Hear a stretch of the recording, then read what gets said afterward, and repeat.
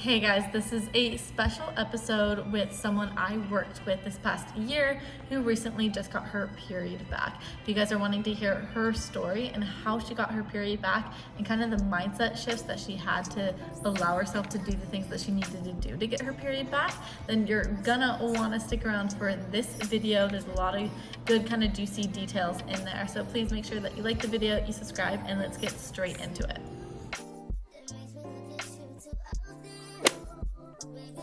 Yeah, no, it's so exciting. Last time we talked, it was like I felt like a completely different person when we talked on, Zoom and like face to face.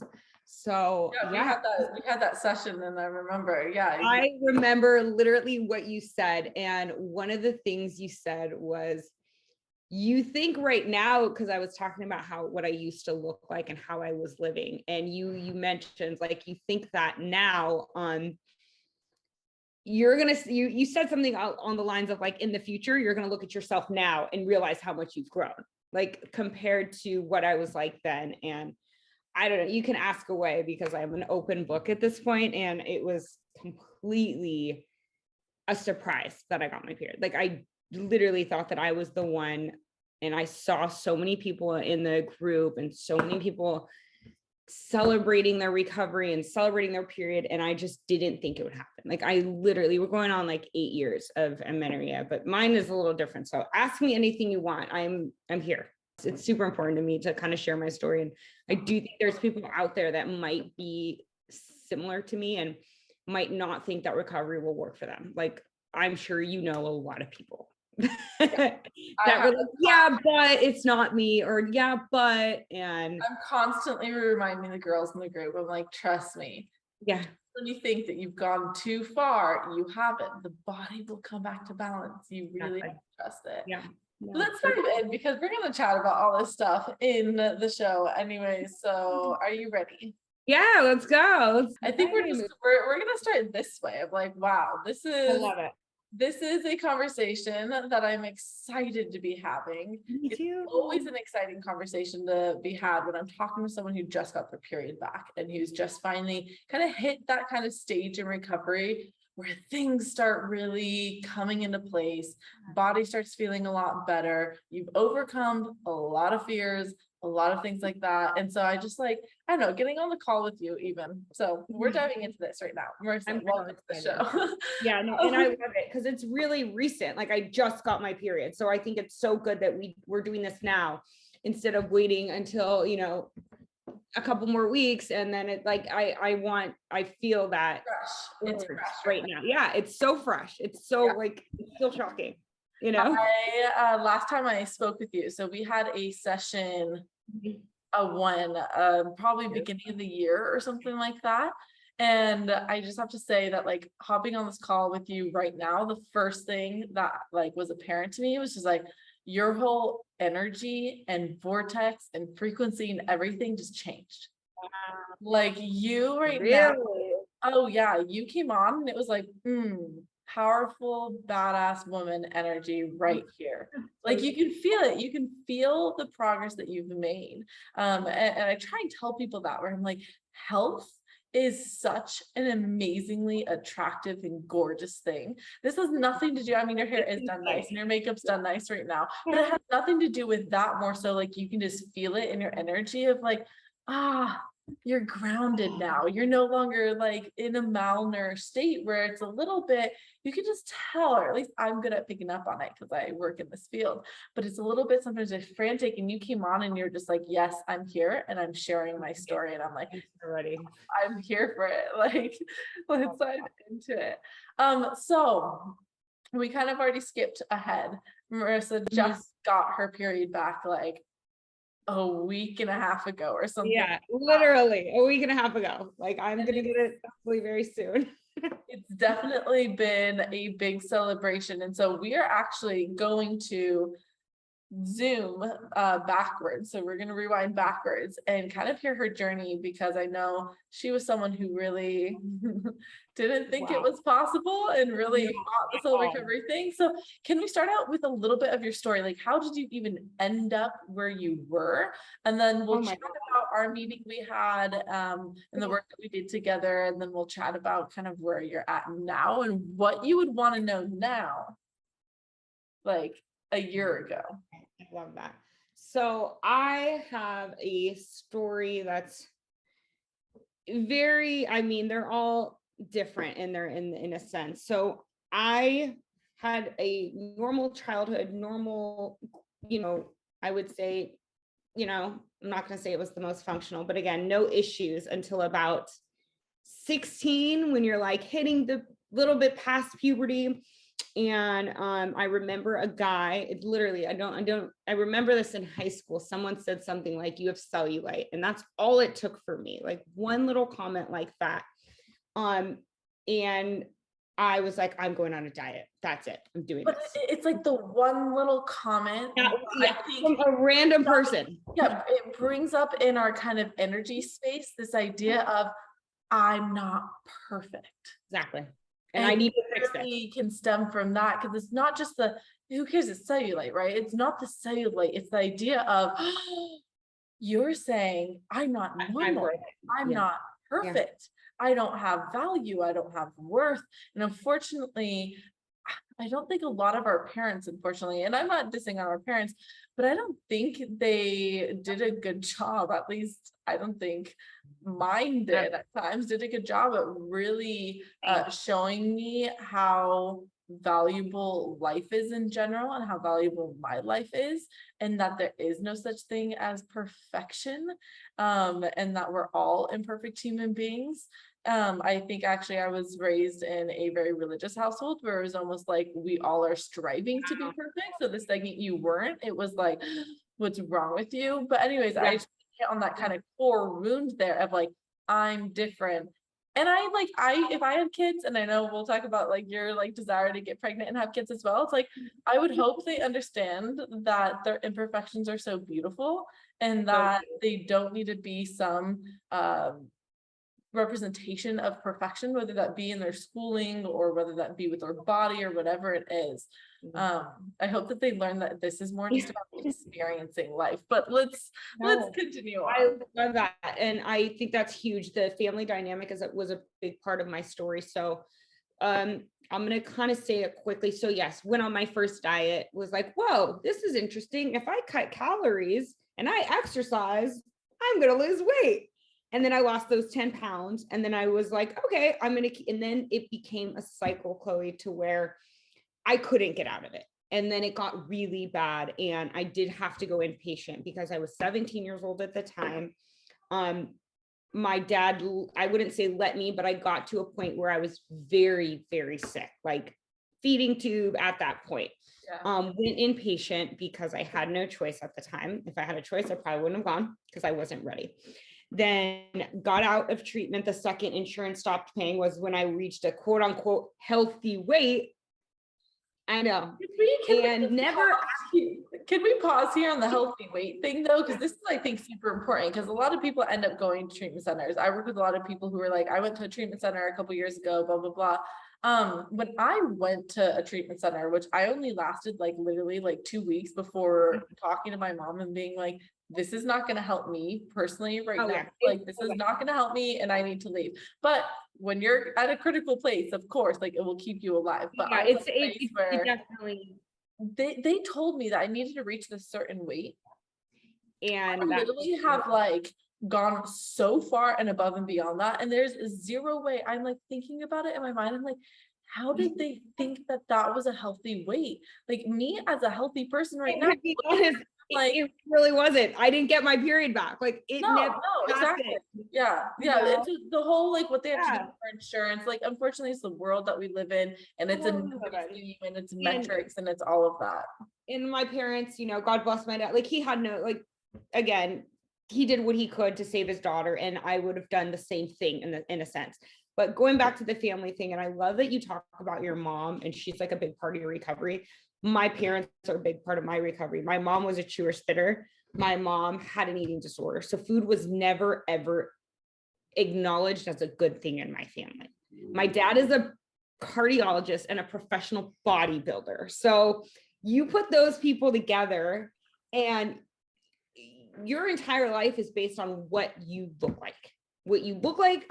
And you know that I live in Los Angeles. And I remember you talked about that. When we were going through my recovery and you were kind of setting up a game plan, you were like, wow, well, you live in LA. And it's like, you know, it's going to be hard to recover in LA. Of course, it's all based on what you look like, how skinny you are, how much you work out, how little you eat. I mean, that's just been it. And so left treatment, quote unquote, healthy weight, quote unquote, never got a period back. And then immediately went back to restricting, immediately went back to over-exercising. I also took diuretics, I took laxatives. I mean, I had the trifecta, anorexia, bulimia, exercise, bulimic, just everything. And if one thing got better, something else got worse. So let's say, okay, well, I'm eating more, but now I'm taking tons of laxatives, or now I'm not, well, and I think the thing is they never hit it in, you never hit in that journey at that point, the root cause, the like, this is why were they feeling this way. And so it kept on just going to a new thing to help numb or suppress whatever it is that you're really truly going through.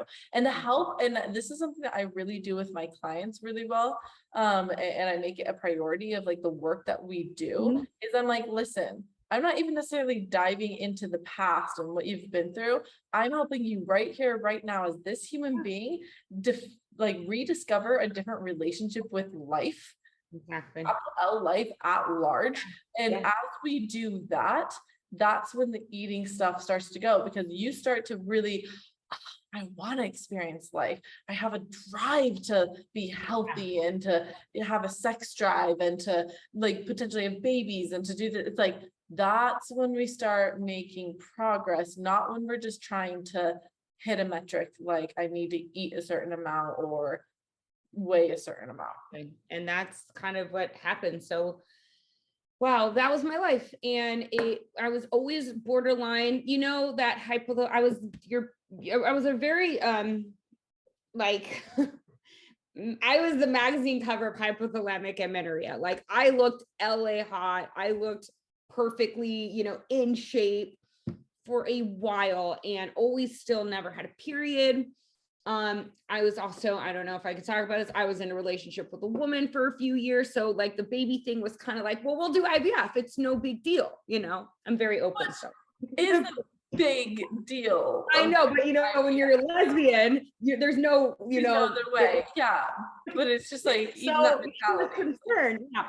And living with a woman for 3 years, you see her cycle every month. And I was so jealous because I'm like, wow, it was like clockwork. This girl she even was, she taught cycling, but she ate really normal, ate really like real meals. And I was always having salads. You started seeing her eating, and that's the thing. It's like, you can be active and like, enjoy sports and all that. But when you have the combination of one, you're overdoing it with the working out, and then two, you're under eating, that's what creates the mayhem. And she knew it. You can only hide this disease or this illness or this for so long. And when you move in with someone who doesn't have it, it's like we're under a magnifying glass. So, every time we'd go out, it was a salad, no dressing. Like that was just my life for a very long time. And waking up in the middle of the night, going to the bathroom because I took tons of diuretics or laxatives. And like, that was literally my life. Did you ever put two and two together? Like, hey, I'm not having a period because. Oh yeah. See, it always comes to your mind. Like that thought always crossed my mind. Well, the thing is, I've always known since I was a kid that I want to be a mom. Like that's always been a thing. And being with her, and being in that relationship, I was like, well, when I'm ready to get pregnant, then we'll go to a doctor. And then there was that other part of my mind that was like, I know I need to gain weight. Like, I know what I need to do, and I'm not ready to do it. And I wasn't. And then flash forward, where we are now. So that relationship, obviously, it did end because of my eating disorder. Like, it didn't end because we Yeah. got a big argument. It was because I was still abusing myself. Yeah. I was still acting out in my eating disorder. And she got to a point where she was like, I can't do, like, I Well, can't. because you will always choose ED over. Absolutely. And that was the reality of it all. Yeah. And that was really, really hard. And then, that ended. I had a random period that like came out of the middle of nowhere when I was like not really stressed out. I was hooking up with somebody randomly, and I was like, oh my God, that's blood. And then I remember immediately being like, wait, maybe I can get healthy. Oh, no, I can't gain any more weight. And then never got a period again. It was literally, Chloe, one spontaneous period. I do want to pause there though, because that's actually a big piece of the puzzle here. Yeah. Intimacy, sexuality, having those types. And it was hot. Like, it was this steamy random guy that I met. I can't even, like, I was a wax like specialist. I was waxing people. It was like in the wax room. Like, it was a really hot situation. Oh, yes. And so I was listening to a podcast like a week ago, actually. And I didn't really, to be honest, I never listened to like recovery type of thing. Of course, because you are that. But like, even for just like business inspo or anything, like, I don't know, I have my own way of dealing with this, and I don't like listen to other people's stuff. But I was listening to this girl who's this like, she's this kind of feminine embodiment kind of business person now. And I was listening to her story on this podcast, and she was sharing how she dealt with eating disorders, lost her period, all of that. And on the podcast, she was sharing with the person how she got her period back was she just started having a bunch of sex, and she started, oh my God. and she started, developing a relationship with her body that was coming from I desire pleasure and everything. And then she got her period back, and the whole time I was listening, I was like, yeah, totally. Those hormones that are released when you're intimate with someone. And here's the thing, and we're just talking about this, and I have a recovery community for the Get Your Flow On course.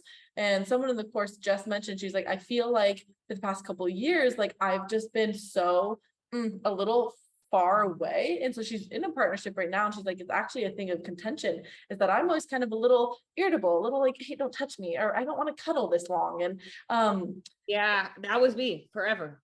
Yeah. And it's like the medicine is like, we need those good feel good hormones that come from being completely open. Like, as a woman, we can't orgasm if we're not completely open. Like, we only receive that pleasure when they're finally like, fine, like, ravish me, take me away. Like, yeah. So you have to be open to experience the dopamine rush and the oxytocin, all those hormones from the love. And when we experience that, though, that can change all the kind of hormonal chemistry in our body. And I'm not saying you can like still restrict and do that, but I'm saying when we open up in that way, though, we usually start eating more. That's the whole thing, is like really start sleeping in other areas. So I had that little like silver lining, that little moment, and then I remember being like, oh my God, I got my period. And he was like, okay. And I was like, you don't understand, it's been like 5 years. And this person is like, no idea what I'm talking about. All right, I guess you're welcome. And then, I go home, I'm living with like a bunch of, and I also think I was living with I rented a room, because this was after the breakup, and I was living with a bunch of females. And I think also being around, and that's why your community is so huge, being around other women hormonally, it's like, they say women cycle to, like, they can sync their cycles together. And I think that was really like another big part of it. I wasn't in a relationship. I wasn't as stressed out. I had a bunch of women around me that were ovulating and having periods. And I think it was like, hey, it was kind of like a wake up call, like, you can get better. But again, back to, you weren't ready. Your body wasn't ready. You weren't taking any of the other actions. The thought of putting on weight was absolutely not even an option, not even like a question in my mind.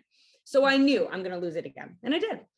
And then here we are, and I'm going to like flash forward to how I found you, how I met you, like my obsession with you, because I'm so obsessed. You were the first person that I texted on the toilet when I saw the blood. I was like, Chloe, I just got my period. And that is because you've been such a huge part in my recovery. And little do you know, but you really have been.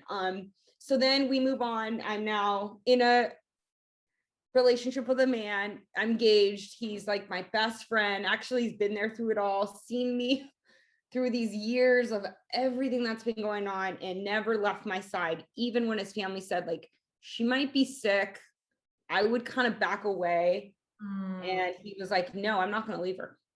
I think she's going to get better. And I remember we were in Cancun about 4 years ago, and my BMI, I don't need to go into numbers, but it was a 9. So we're talking, I was really sick. And I cried and I said, I think I might need treatment. And he's like, why don't you move in? Like, let's see what happens. And I moved in and I started to really want recovery. And again, I'm living with a normal person. I'm seeing how normal people eat and how they go to the bathroom, and it's not like explosive diarrhea because they have normal digestion, which is something you talk about a lot. Like just seeing that. And again, I'm under that microscope, and I felt like it was like exactly what happened with the court. Like it was like history repeating itself, but I now have the chance to like change what I was doing. It sounds like he flooded love upon you. Absolutely. And 100%. you were able to finally like be a little receptive to that. A little. Like, okay, wait Yeah. a minute, let me hold on to this. And sometimes I mean, we always have to find love for ourselves inside, right? But it makes it a lot easier when we start getting it from someone else and seeing someone else stand up for us and being like, no, I'm not gonna just leave her. I'm gonna like be here with her. I'm gonna support her. And that can be enough to go, oh wait, I am a valuable person. Wait, if he sees that in me, how can I start seeing that for myself? Exactly. And that was huge. And then I started to search, what is it that I have? Like, what is this thing called? And then again, hypothalamic amenorrhea. And then I started to do the research. I kind of knew what it was, but now I understand the actual diagnosis. I decided I'm going to go to nursing school. So now I'm really understanding the anatomy behind it and the scientific part behind it, and the hormonal part. And now I'm like, okay, I really get it. And it's interesting, Chloe, how you could literally understand everything you're doing, but it's kind of still really hard to change your habit. Well, because it's so ingrained, because you've over the years every day pathways that it's just like you don't think twice about which hand do you pick up the toothbrush with. No one does. I always pick it up with my right hand. I would never pick up the toothbrush with my left hand. That's just neural rewiring. I can do it with my left hand. It's not a complicated but task. It's not comfortable. But I always pick the right hand. Exactly. And that's why it was like, well, what do I eat? What do I do? How do I literally, like, how do I live? And then I found you and I had that session with you. And I told you, like, I've started eating more. I'm doing all these things, I've limited caffeine. I'm only working out like 3 or 4 days a week instead of 7. And you were so honest with me, Chloe. You were like, listen, I'm going to be really honest with you. You probably need to gain. And then you said an X amount of pounds. And I will tell you right now, it's exactly what I had to do. So what I remember was what you said and being really scared. But again, it took me over a year, definitely over a year, of just keeping weight above a certain level. And then all the other factors, which is the stress, the sleep, the anxiety, like all those other things that we talked about. But I think what really happened for me, and I did go to the source, like I hit up Nicole Rinaldi, like I went there. I was like, listen, I'm like going through this and that. And then, she gave me this is so random that she gave me like her personal number. Like nobody does that. Literally, and was like, I'll help you. Like, this is what you need to do. And like, just kind of helped me as a mentor, someone that was like, you're good. You need, very scientific about my ovulation and things in my LH and all the stuff that we talk about. But at the end of the day, what ended up happening for me was I had to really give up exercise. Like I had to stop. And that's huge. And everybody who's listening and everyone who's like part of Chloe's community, like that is the hardest thing, but it's so rewarding. Because now I literally wake up and I'm like, I don't have to work out. Like it's totally okay. Before I had, and there's a few other things I gave up. So let's talk about, I wouldn't say gave up, I exchanged for other things. So hot yoga, not great if you want to get your period, ladies. Like I was doing it every day. And I know, Chloe, like you love yoga, like you get it. And I'm like, well, no, this isn't cardio. This is yoga. My heart rate, I'm like burning up in these rooms. Yeah, I wouldn't recommend it. Yeah, really dangerous to start doing that when you're in a malnourished place. When you're a little bit stronger, you can push yourself in ways, right? And stress can be okay on the body when you're stronger and you are like very balanced, but we got to make sure we're there before we do those type of things. Absolutely. And I think like the biggest thing was obviously I see your adorable nieces and I'm like, oh my, like I wanted that family so bad. And I remember searching a fertility doctor and I completely remember hitting you up and messaging you because he literally told me, and this is like a well-renowned, very popular fertility specialist in Beverly Hills. And he was like, you won't get pregnant without IVF. Like, I'm going to be very, in the same way you said, like, I'm going to be very honest with you. And I was like, wow.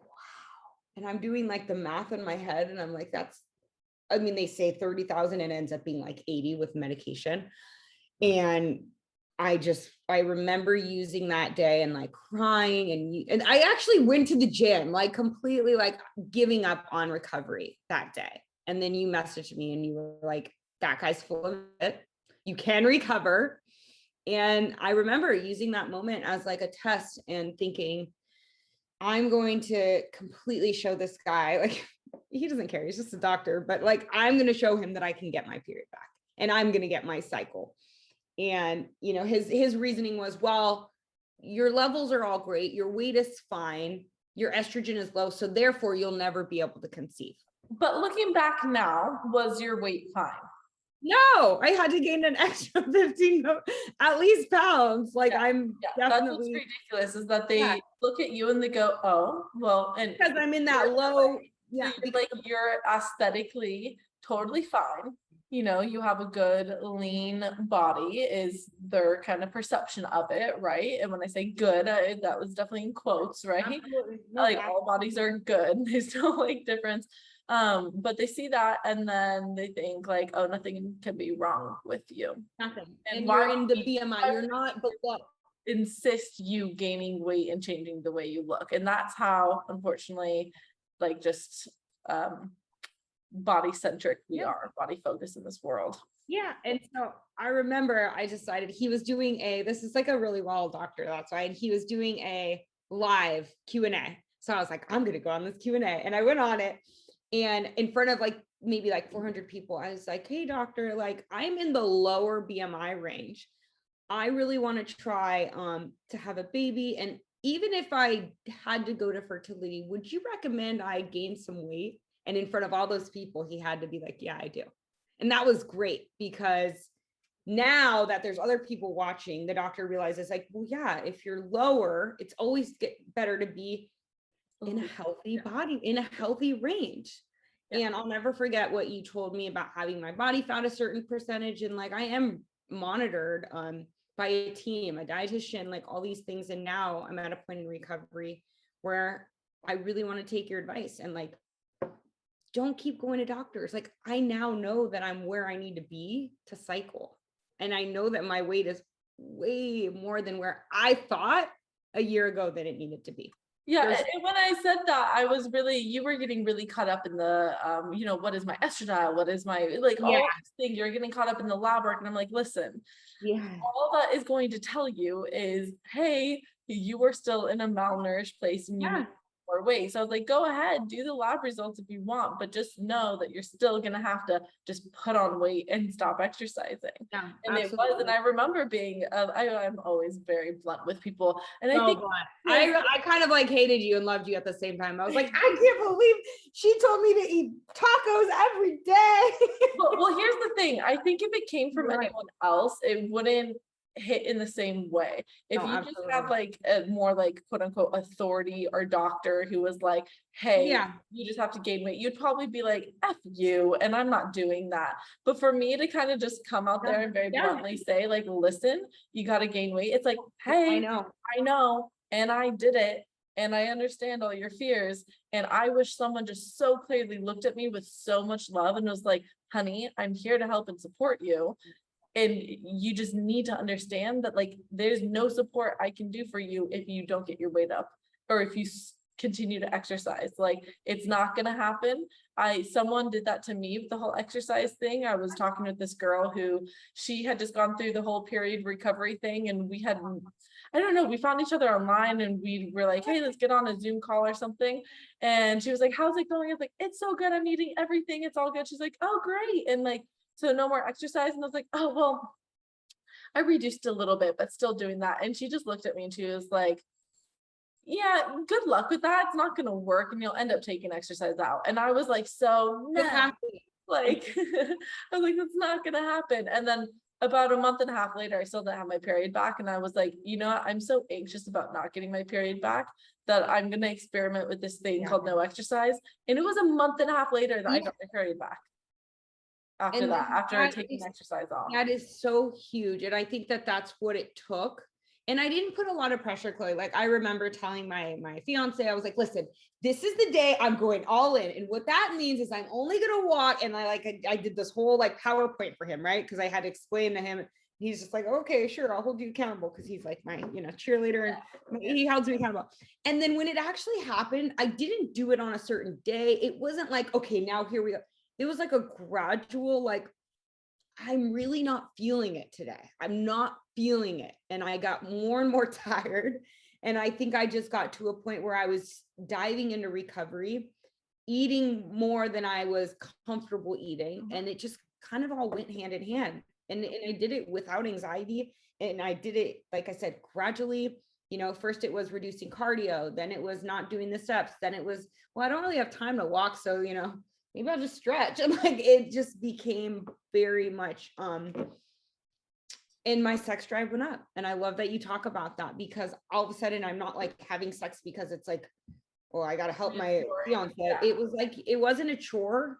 It wasn't, you don't touch me. He was very supportive. He has been very supportive. And if you guys, like, anyone who has a partner, it's so important that, they know about your journey, because I was like, listen, I'm never going to go back to that. And he even says, like, get rid of all those clothes, because you're never going to fit in them again. And like, he means that with love.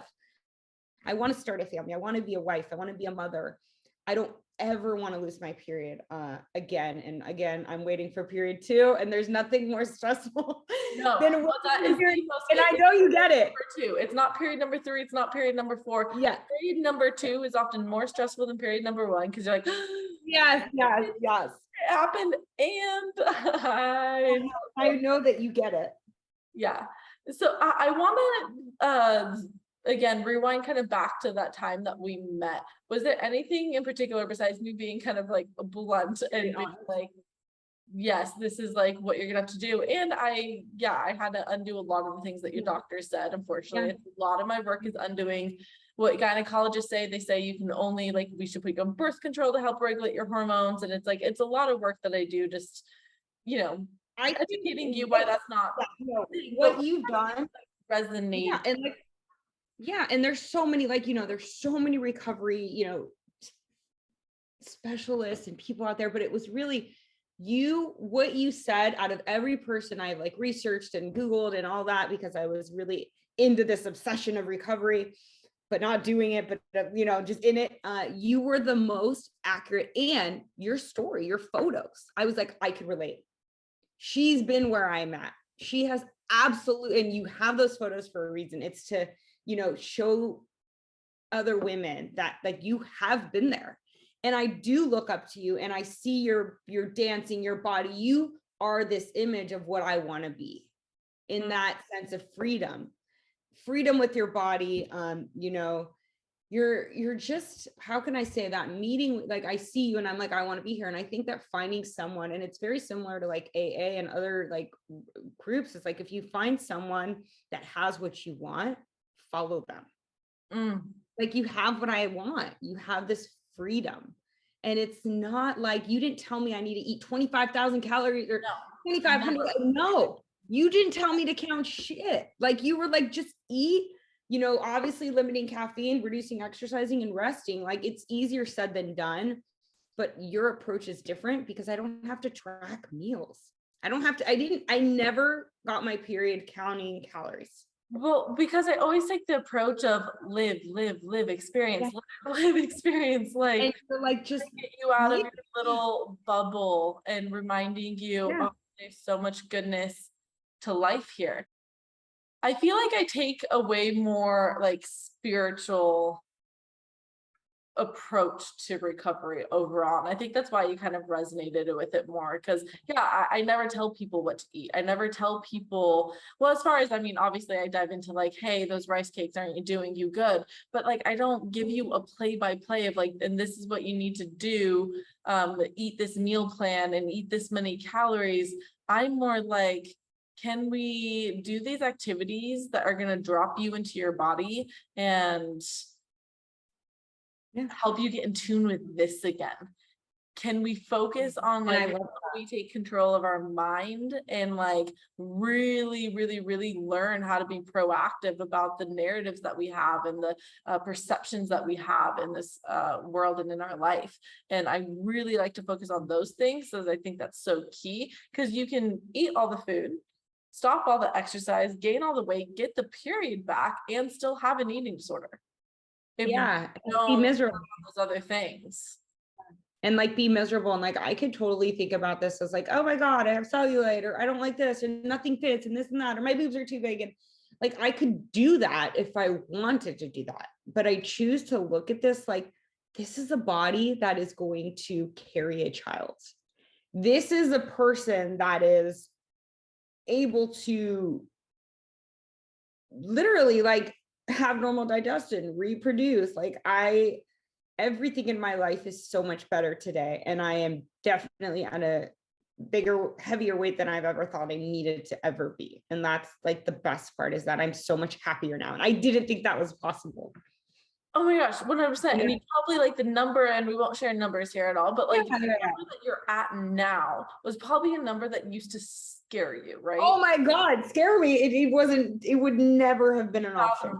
And now that you're in it, I think this is a really important thing to like hone in on. Now that you're in it, does it feel that scary and that humongous? No, like I would do it again. Like I'm like, I would have done this years ago, because I will tell you one thing, and like I know we're wrapping up, but like I go out now and people are constantly like, you look great. I'm getting hit on. Like, yes, I'm in a relationship, but like people notice me now. And I'm not covering up. And I am in LA. I live in Santa Monica. Like I see, women that probably have HA all the time, but I'm getting way more attention than I've ever had in my life. And that's just because I think I carry myself, not because of my weight. I carry myself with such a confidence now that my period gave me. And it started to happen right before the bleed, like I knew I was ovulating. I felt something going on in my body. And like I said last night, I felt that thing again, and I don't know what it is, but I'm starting to feel in tune with myself. And like, I never knew when I was hungry, when I was full. Now I'm like, this feels like my ovary. Like this feels like, and sure enough, like I took a test and it said I was ovulating. So really, like, I think that confidence that I have is coming from knowing my body. And like, that's huge, Chloe. Like, I didn't think that was ever possible. I was eating to eat. I was not eating to not eat. I never knew. And I would see people like not finish a meal. And I'm like, how do they do that? Or completely finish a meal. I'm like, how do they do that? Well, I'm just not hungry. I'm like, what is that? Like, I never got those cues, hunger cues, or like sexual cues, or feeling your body. It was always like, I feel something. Okay, let me like hide it under the rug. Like even, now if I'm quote unquote horny, I'm like, hey, we should have date night. Like before, if maybe that would have happened, first of all, it would never have happened until I got my period back. I'm going to be honest, sex was never anything that I wanted to do. I know. That's I know. yeah. I didn't date like at all during my Yeah. 8 years, like Like at ew, all. right? It was, yeah, ew. It was so impossible Ew. for me to like really want to get like close to someone in that way. And then I all of a sudden recovered and it was the same thing. Attention, attention, attention, attention. Like so Yeah. many people started coming my way. And I Yeah. think it's just in this world of like, we're all just living this super fast-paced world. We're all numbing out via social media, via, you know, TV, via all these things, right? I think to see someone who is tapped in, tuned on, who is slow, who is in tune with her body, I feel like Oh, that's I love that. Tapping. it's just so sexy, right? It's just like, ah, yes, like that woman knows what she wants. So I'm newly kind of like dating someone and Yay. just chatting.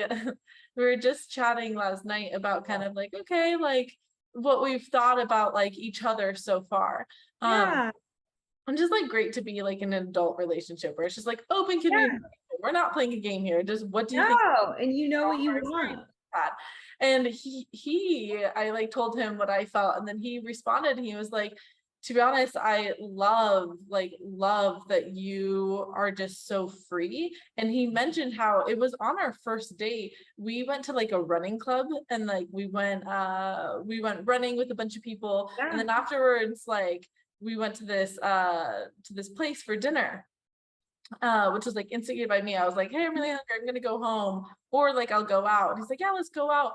And I ordered a chicken fried sandwich, and he was like, honestly, it was so great to like, and he literally made this comment. He was like, most girls would have like chosen to go home and eat a cucumber. And I know he's like laughing, but yet like not making a joke because he's like kind of serious. And like the girls that I usually date would go home and just want to eat like a cucumber for dinner. And I was like, ordering a chicken fried sandwich, and he was like, I just loved that you were so like just free and willing to experience and tune, and like that's just like Amazing. and the being in your body and like feeling very feminine. He literally was like, you're just fascinating to me. You really are like You're free yeah, fascinating. I'm like, yeah, that took years to cultivate though, of like me being like, yeah, I have it. I kind of told him, I was like, listen, like I'm wild.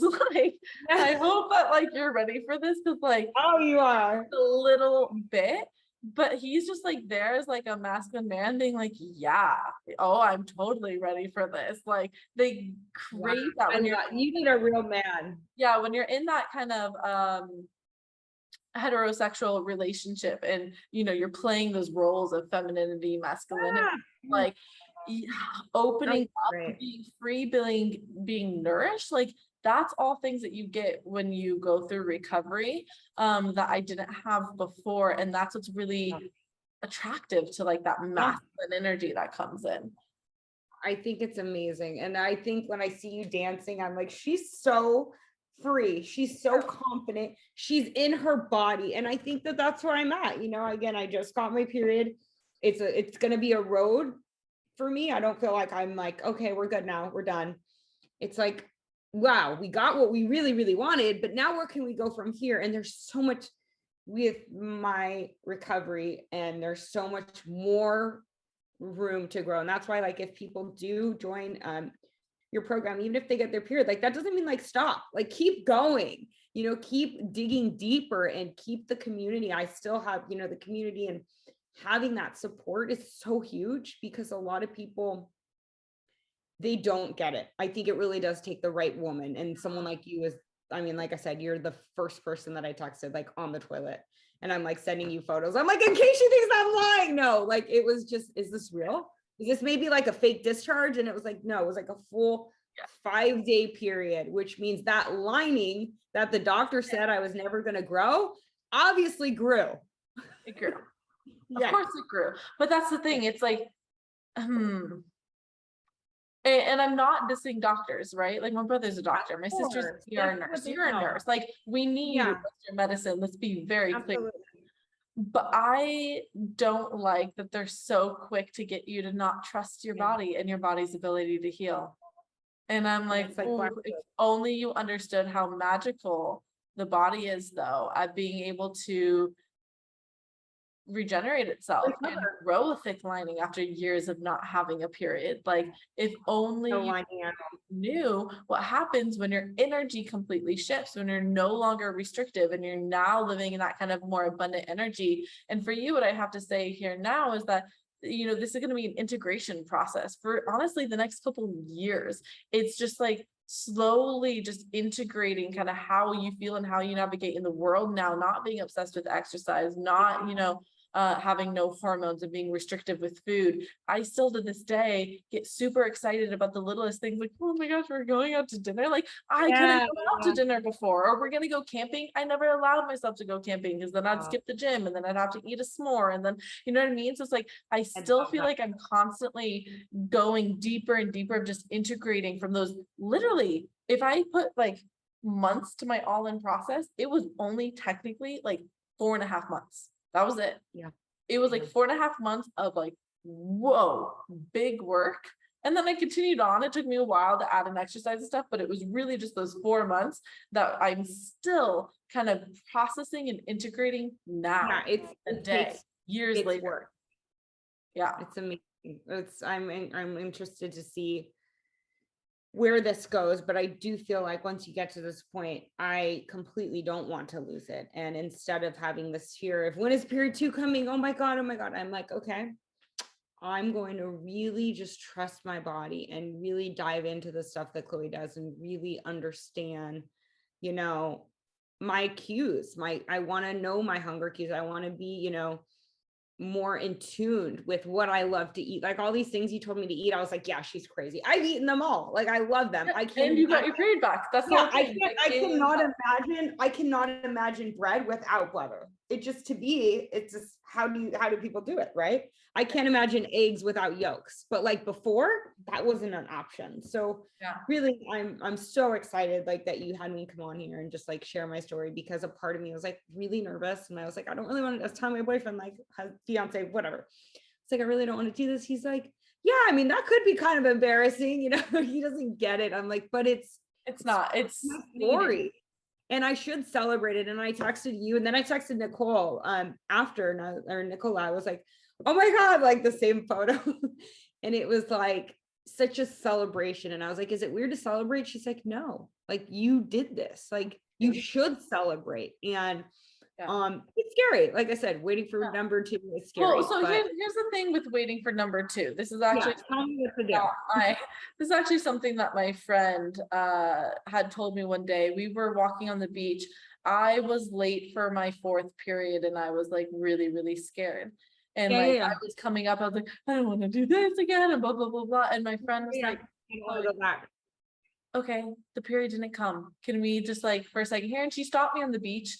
So imagine it was like a beautiful sunset walk. She stopped me on the beach. She placed her hand on my heart and she was like, okay, all you need to simply do is scale back again with movement and start eating nourishing food and you're good. Then you'll get back. Like, don't worry about this one being a little late, you know? And I see a lot of women get very like, now I'm 35 days. I'm like, okay, calm. Oh my God. I read it on all those Facebooks. Because if you really truly did recovery, then resting more and eating more food is not an issue at that point. Hopefully, if you truly did recovery, that's like, okay, like I wasn't going to go and restrict anyways. And I didn't fall back into restriction. So she was reminding me, she's like, Chloe, you just stepped into an abundant life.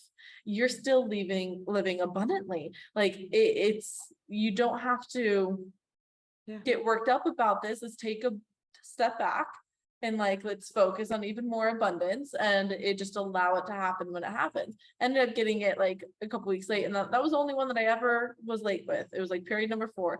Late with, and it was 28 days ever since then, roughly 26 to 28. But I think it does you a disservice when you don't trust your body. And I think that, you know, there's kind of 2 things here going on. One, there's like an anxiety that comes from just like, I'm not going to get it. But then there's a inner knowing of, honey, you haven't been doing well. And you kind of have a feeling of it's not going to come. That obviously we want to listen to and be like, okay, why? Yeah. You started doing this. Okay, let me fix this.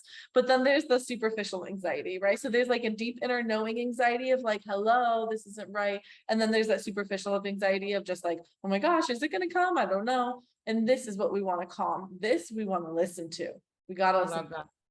because that's our main goal now as a recovered person is can we Yeah. constantly tune in to what's going on with my body.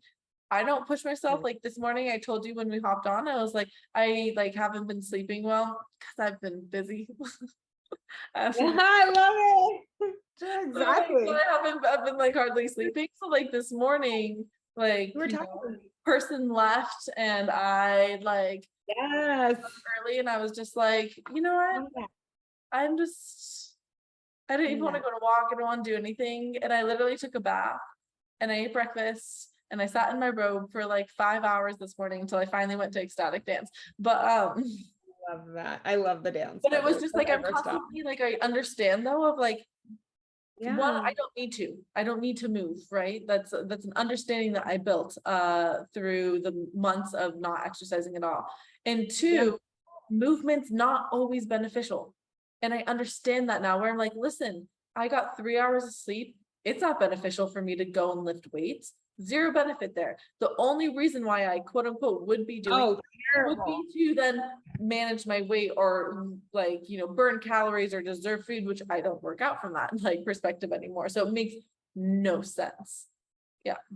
I completely get it. And I think that I'm gonna keep doing what I'm doing. I'm gonna keep you there like every step of the way and text you and let you know. But you know, the thing that does lack for me, and I know you have some clients that have been nurses and that have a job like that where sleep is definitely, not only is it a high intensity job, you're on your feet all day. And I'll tell you, I got my period back working more now than I ever did before. So how did I do that? I just ate.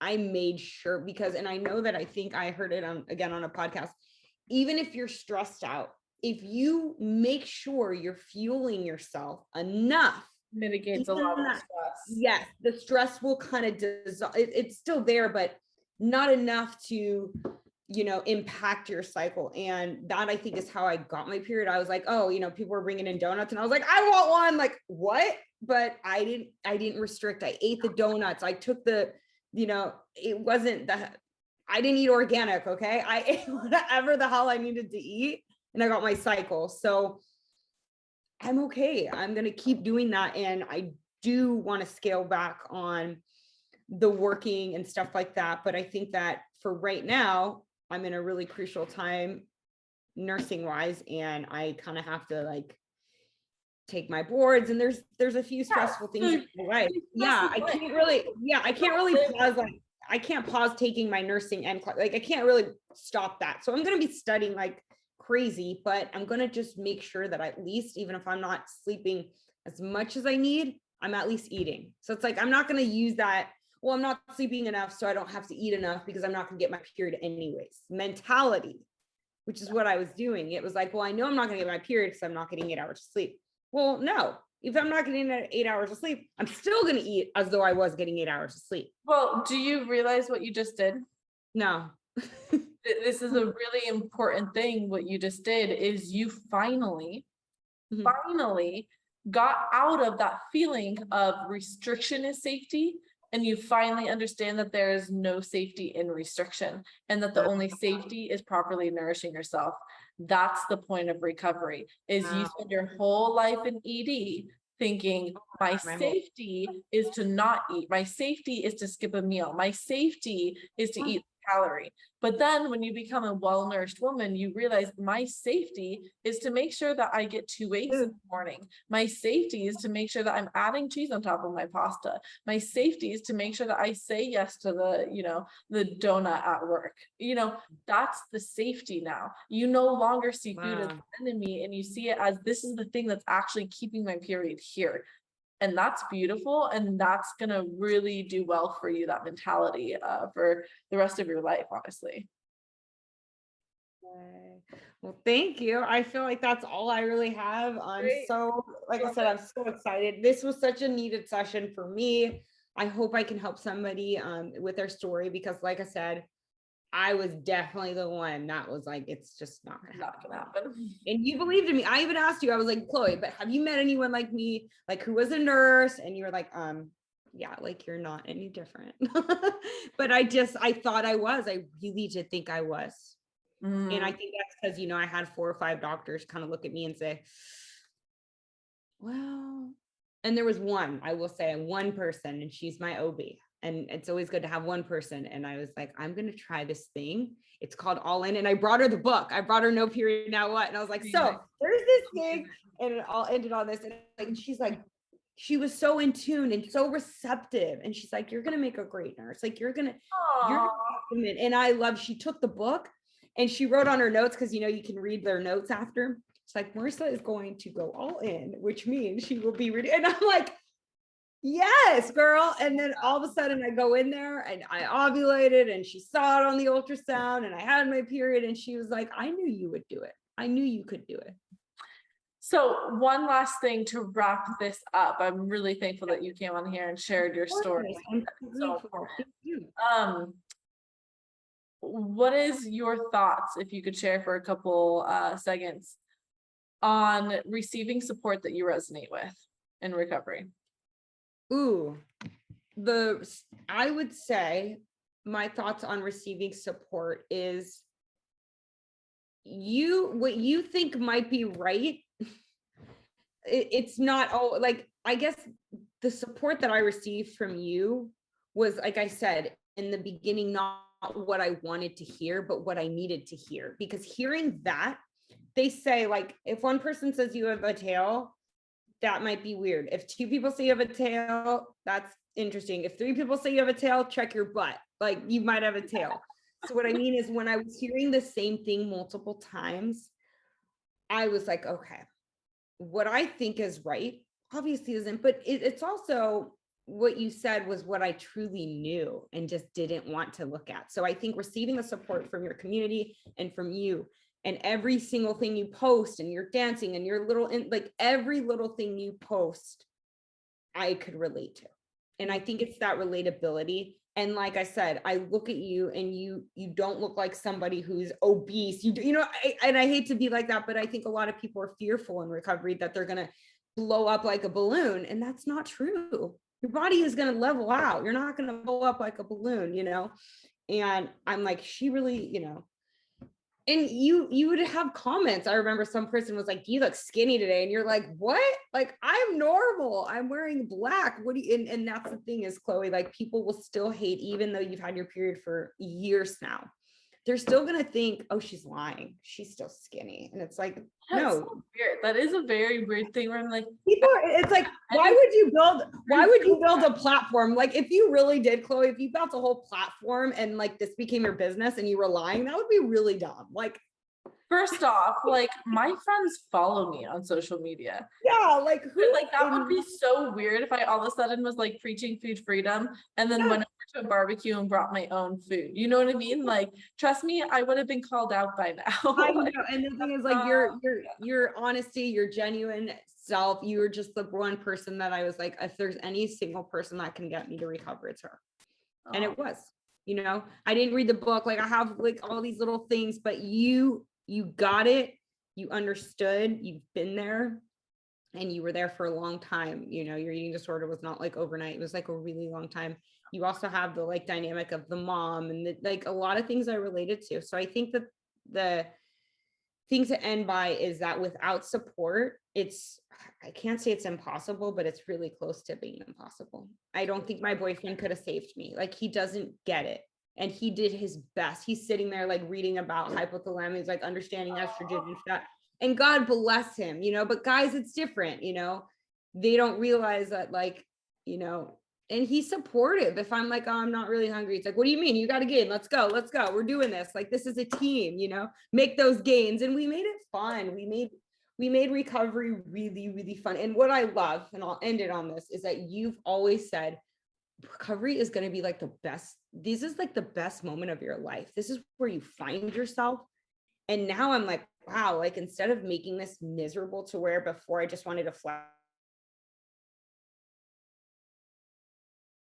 have not gain and having my period back, I'm like, wait, let me kind of go back and Can remember you recovery. And can that's you why I was rewind like, that for a second? Because yeah, what did I say? said that. So rewind like 2 sentences, please. Okay, so basically, I think that the biggest part is that you mentioned how recovery is honestly like the best moments of your life, the best time of your life.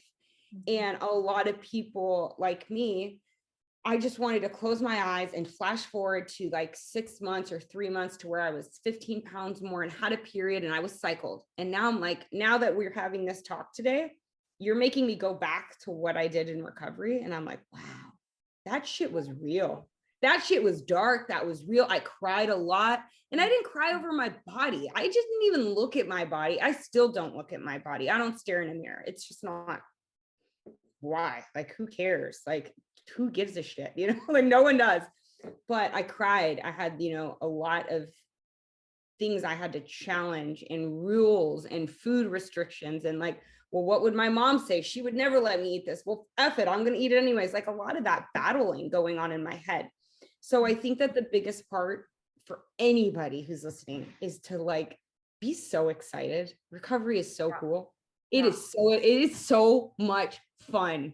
Not just the food, it's the going in and challenging everything you believed and being like, wow, that is crazy. I lived a life that was this small when there's like so much more. And then wanting to kind of share that with other people. And now I know why you do this as for a living. Like you get to see people literally like live because they weren't before. When you're in your eating disorder, I'm sorry, people can die and you wouldn't even really know. Like you wouldn't even, you're so detached from your own body and from reality that you're not really living. You're just breathing, doing things, working, going to school, doing that, but like you're not enjoying any, your highs and lows are not there. And that's recovery, is you finally you finally have those. That's and the thing. I'm like, listen, I know it's uncomfortable, but like you kind of just alluded to, there's beauty in the uncomfortability. There's it's amazing. I'm challenging myself. I'm stretching. I think us humans, we really like that. When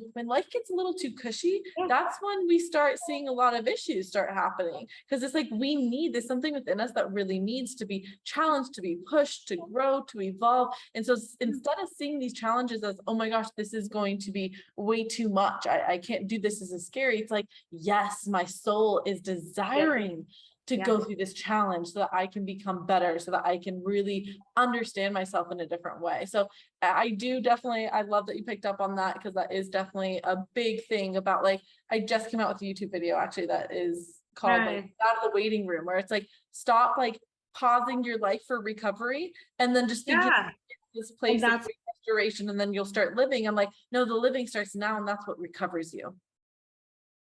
And it's amazing. I would go back and, like I said, I'd go back and do it all over again. I would have done it earlier, but there's no real regrets. I don't have any regrets on why I didn't do it 10 years ago, why I didn't do it 2 years ago, why I didn't do it when we had that call, like why I still went to the gym that next day. I wasn't ready. And it took a certain point, and maybe it took a few doctors telling me that it wasn't going to work. Maybe it got to a point where I was really ready. And I can't say when that happens, but I think that happens when people sign up for your program. That's when they're like, I'm in. Well, it's a like, I'm invested. I'm in. And I want this, and I'm going to enjoy this. And your program is so fun. You have these foods and you have all these, like, make recovery fun. It's so fun. I wish I enjoyed it even more, but I'm still in it. So I could still recover. Like I could still enjoy it. You know, it's not like, oh man, I missed all those. No, I could still go out to dinner. I mean, yes, I'm in nursing. I'm doing really intense things, but I could still have a lot of fun. I've been going to lots of impromptu lunches and dinners and brunches, and like, and there are weird times where I don't eat, and it's totally fine because I just eat. Like it's totally okay. So I'm so grateful. Thank you so much. It feels so good to see you and like your whole new life in Texas. And I know. You know, we'll talk about a big move and a big integration. And again, I was talking to the boy, and I was like, listen, I learned a lot the last couple years, and moving to Austin was me finally like being solely in that energy of everything that I've learned. And it's really exciting. It's a whole new fresh start. And you just felt it. You just felt, and that's what I mean by like, I want to get to your level at some point where I'm so in tune with what I want. And I know that that will come with time. You didn't get there overnight. No, and I'm still learning, right? Now I have the joys of learning, relationship dynamics and learning business dynamics, and like it keeps on going, these same lessons, just a new way. So it's really interesting to play with, but I think it's choosing to play with these things and to not feel overburdened by them. And I think that radically shifts everything. That's Well, maybe my, thank you so I love you much. so much. I miss LA though. So I know, it's I'm ready to get out of here. So we're definitely, it's funny because we're thinking Santa Barbara down the road because we love Santa Barbara, but also we didn't grow up there. So that's kind of that's our plan, is to, in a couple of years, migrate to Santa Barbara. So maybe we'll all meet one day. yes, it will always be my forever home. I will definitely. And then we'll have play dates with those kids. Yes. All right. Thank you so much, Chloe. I can't thank you enough. Like I said, you were the first person that I believed would actually help me get my period. And I owe you everything. Thank you. You're very welcome.